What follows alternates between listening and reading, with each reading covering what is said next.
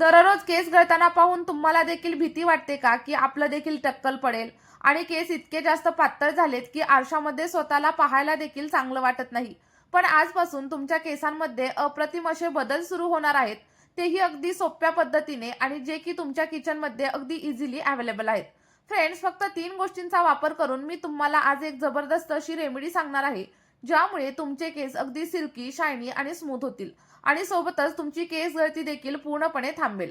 आणि ही रेमेडी बनवायला खूप जास्त सोपी आहे. जर तुम्हाला उवांचा किंवा मग कोंड्याचा प्रॉब्लेम असेल तर आपली ही रेमेडी तुम्ही आठवड्यातून फक्त 2 वेळा वापरून बघा आणि तुम्हाला किती जास्त फायदा झालाय हे देखील मला कमेंटमध्ये सांगायला विसरू नका. आणि सोबतच तुम्ही आपला हा व्हिडिओ कोणत्या गावामधून किंवा मग कोणत्या शहरातून पाहताय ते देखील कमेंटमध्ये नक्की सांगा. आता बघा, आपली ही रेमेडी बनवायला आपण सुरुवात करूयात. तर सर्वात अगोदर आपल्याला काय करायचंय, एक भांडं घ्यायचं आणि त्याच्यामध्ये साधारणतः अर्धा ग्लास किंवा मग 1 ग्लास एवढं पाणी ऍड करायचं. आणि इथं एक गोष्ट लक्षात ठेवायची, जे कोणतं पाणी तुम्ही रेमेडी बनवण्यासाठी वापराल ते बोरिंगचं नसावं किंवा मग खारं पाणी अजिबात घेऊ नका. जे कोणतं पाणी तुम्ही पित असाल किंवा मग साधं पाणी तुम्ही रेमेडी बनवण्यासाठी नक्कीच वापरू शकता. आता यामध्ये आपल्याला साधारणतः 20 ते 25 म्हणजेच मूठभर एवढा कढीपत्त्याची पानं ऍड करायची आहेत. कारण कढीपत्ता आपल्या स्कॅल्पमध्ये मेलॅनिनचं प्रोडक्शन वाढवतो, ज्यामुळे केसांना नैसर्गिक असा रंग प्राप्त होतो. आणि जर तुम्ही कढीपत्त्याचा नियमित वापर केला तर तुमचे पांढरे झालेले केस देखील हळूहळू काळे होण्यासाठी मदत होते. त्याचप्रमाणे जर केस गळण्याची समस्या असेल तर ती देखील कमी होते, कारण यामध्ये अँटीऑक्सिडंट आणि सोबतच अॅमिनो ऍसिड्स असतात, जे आपलं स्कॅल्प मजबूत करतात आणि स्कॅल्पमधील कोंडा देखील हळूहळू कमी करतात. आता बघा, त्यानंतर आपल्याला साधारणतः 1 मोठा चमचा एवढे मेथीदाणे देखील याच्यामध्ये ऍड करायचे आहेत. कारण मेथीदाण्यामध्ये निकोटिक ऍसिड असतं, जे आपल्या केसांना मुळांपासून मजबूत करतं आणि त्यासोबतच केस अगदी सिल्की, शायनी आणि स्मूथ होण्यासाठी देखील हेल्प करत असतं. यामुळे आपल्या केसांची मुळं स्ट्रॉंग होतात आणि त्यामुळे केस गळती देखील हळूहळू कमी होते. आता दोन्ही घटक ऍड करून झाल्याच्या नंतर आपल्याला याच पाण्यामध्ये साधारणतः 1 मोठा चमचा एवढी कलौंजी म्हणजेच काळे जिरे ऍड करायचे आहेत. हे देखील आपल्या केसांसाठी खूप जास्त फायदेशीर आहे. यामुळे आपले केस अगदी नॅचरली ब्लॅक राहण्यासाठी हेल्प होत असते.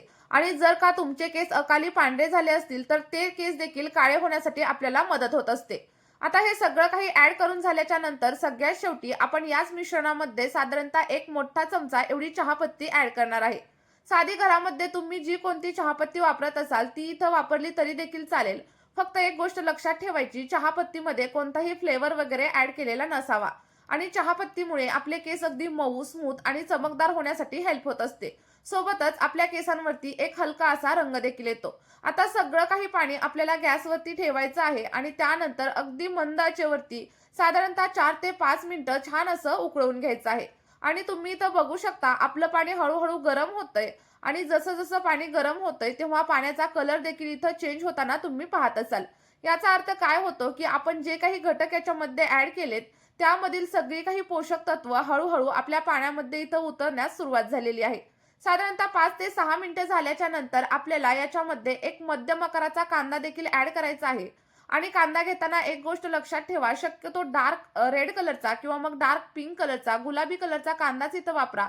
कारण याच्यामध्ये खूप जास्त प्रमाणामध्ये सल्फर असतं आणि हेच सल्फर आपल्या केसांच्या मुळांसाठी खूप जास्त फायदेशीर असतं. बघा, कांदा व्यवस्थित असा चिरून घ्या आणि त्यानंतर सालासकटच आपल्याला या रेमेडीमध्ये कांद्याचा वापर करायचा आहे. कारण कांद्यापेक्षाही जास्त कांद्याच्या सालीमध्ये सल्फरचं प्रमाण असतं. बघा, कांदा आपल्या केसांसाठी खूप जास्त फायदेशीर आहे. यामुळे आपल्या स्कॅल्पमधील ब्लड सर्क्युलेशन वाढतं आणि ज्यामुळे हेअर फॉलिकल्स अधिक ऍक्टिव्हेट होतात आणि त्यामुळे नवीन केस उगवण्यासाठी आपल्याला मदत होत असते. आता बघा, आपण जो काही कट करून घेतलेला कांदा होता तो देखील याच्यामध्ये ऍड केलाय आणि त्यानंतर सगळं काही मिश्रण अगदी 10 ते 12 मिनिटांसाठी मध्यम आचेवरती उकळायचं आहे.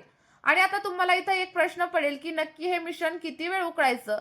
तर लक्षात ठेवा, आपण जे काही पाणी घेतलंय ते जोपर्यंत अर्ध होत नाही आणि आपल्या पाण्याचा रंग पूर्णपणे डार्क होत नाही तोपर्यंत आपल्याला सगळं काही मिश्रण व्यवस्थित असं उकळून घ्यायचं आहे. आणि जेव्हा आपण घेतलेलं पाणी अर्ध होईल आणि पाण्याचा रंग डार्क होईल तेव्हा आपल्याला गॅसची फ्लेम ऑफ करायची आहे. आणि त्यावेळेस तुम्हाला हे देखील चेक करायचंय की आपण घेतलेला कांदा आणि सोबतच मेथीदाणे मऊ झालेत का. आणि जर मऊ झालेले असतील तर समजायचं की आपलं हे जे काही टोनर आहे ते अगदी रेडी झालेलं आहे. त्यानंतर गॅस बंद करा आणि बंद केल्याच्या नंतर आपलं सगळं काही मिश्रण साधारणतः 10 ते 15 मिनिटांसाठी व्यवस्थित असं थंड करून घ्या.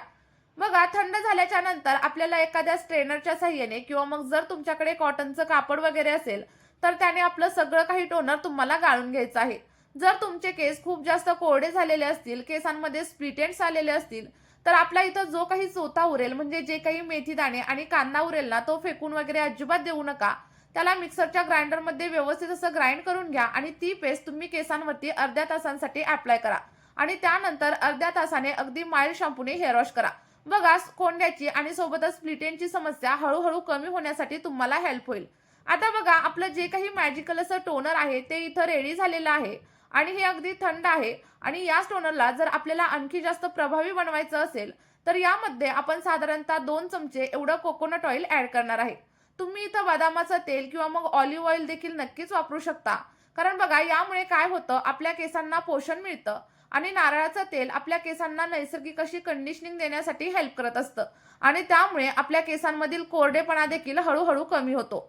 पण एक गोष्ट मात्र इथं लक्षात ठेवा, ज्या लोकांचं स्कॅल्प अगदी ड्राय आहे आणि केस देखील खूप जास्त कोरडे आहेत, अशा लोकांनीच आपल्या या रेमेडीमध्ये तेलाचा वापर करा.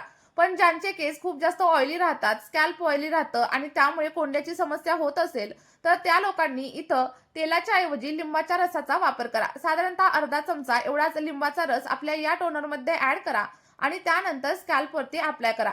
असं केल्यामुळे तुमची ऑइली स्कॅल्पची समस्या कमी होईल आणि सोबतच कोंडा देखील कमी होण्यासाठी तुम्हाला हेल्प होईल. त्यानंतर बघा, आपलं सगळं काही मिश्रण व्यवस्थित असं मिक्स करून घ्या आणि मिक्स केल्याच्या नंतर आता एकच प्रश्न पडतो, की हे केसांवरती कशा प्रकारे अप्लाय करायचं, अप्लाय केल्याच्या नंतर किती वेळ ठेवायचं आणि त्यानंतर कशा प्रकारे आपल्याला हेअर वॉश करायचं आहे. तर लक्षात ठेवा, एखाद्या कॉटनच्या साहाय्याने आपल्याला हे जे मिश्रण आहे किंवा जे आपलं टोनर आहे ते केसांच्या मुळांवरती अप्लाय करायचं आहे. आणि जर का थोडंफार टोनर शिल्लक राहिलं, तर तुम्ही केसांच्या लेंथवरती देखील अप्लाय करू शकता किंवा मग माझ्यासारखं तुम्ही एखाद्या ड्रॉपरच्या साहाय्याने देखील सगळं काही टोनर तुमच्या केसांवरती नक्कीच अप्लाय करू शकता. आणि जर तुमच्याकडे हे काहीच नसेल, तर तुमच्याकडे एखादी स्प्रे बॉटल असेल, तर आपलं टोनर स्प्रे बॉटलमध्ये ट्रान्सफर करा आणि त्यानंतर तुमच्या केसांच्या मुळांवरती आणि लेंथवरती अप्लाय करा. बघा, आठवड्यातून फक्त 1 ते 2 वेळा तुम्ही हे टोनर केसांवरती अप्लाय करा आणि 2 ते 3 वापरांमध्येच तुम्हाला केसांमध्ये अप्रतिम असे बदल जाणवायला लागतील. अप्लाय केल्याच्या नंतर 5 ते 6 मिनिटं स्कॅल्पवरती हलक्या हाताने मसाज करा. यामुळे आपलं स्कॅल्प ॲक्टिव्ह होतं आणि त्यामुळे केस गळती देखील हळूहळू कमी होते. टोनर अप्लाय केल्याच्या नंतर साधारणतः अर्धा ते पाऊण तासाने तुम्ही हेअर वॉश देखील नक्कीच करू शकता. पण लक्षात ठेवा, हेअर वॉश करताना कधीही माइल्ड शॅम्पूचा वापर करा आणि शॅम्पू डायरेक्ट तुमच्या केसांवरती किंवा मग स्कॅल्पवरती अप्लाय करू नका. पहिल्यांदा शॅम्पू थोड्याशा पाण्यामध्ये डायल्यूट करा आणि डायल्यूट केल्यानंतरच केसांवरती अप्लाय करा. आणि जेव्हा पण तुम्ही हेअर वॉश कराल, तेव्हा अगदी गरम पाण्याचा वापर अजिबात करू नका. अगदी गार पाण्याचा किंवा मग कोमट पाण्याचा वापर केला तरी देखील चालेल. आणि आठवड्यामधून फक्त 2 ते 3 वेळा आपलं हे टोनर तुम्ही वापरून बघा. तुम्हाला खरंच अप्रतिम असे बदल तुमच्या केसांमध्ये जाणवायला लागतील. आणि वापरून बघितल्याच्या नंतर तुमचे अनुभव कमेंटमध्ये शेअर करायला देखील अजिबातच विसरू नका. आणि आपला हा व्हिडिओ तुमच्या मित्रपरिवारासोबत देखील नक्कीच शेअर करा. चला तर मग या व्हिडिओमध्ये आपण इथेच थांबूया. भेटूयात अशाच एका नवीन व्हिडिओमध्ये. Bye bye.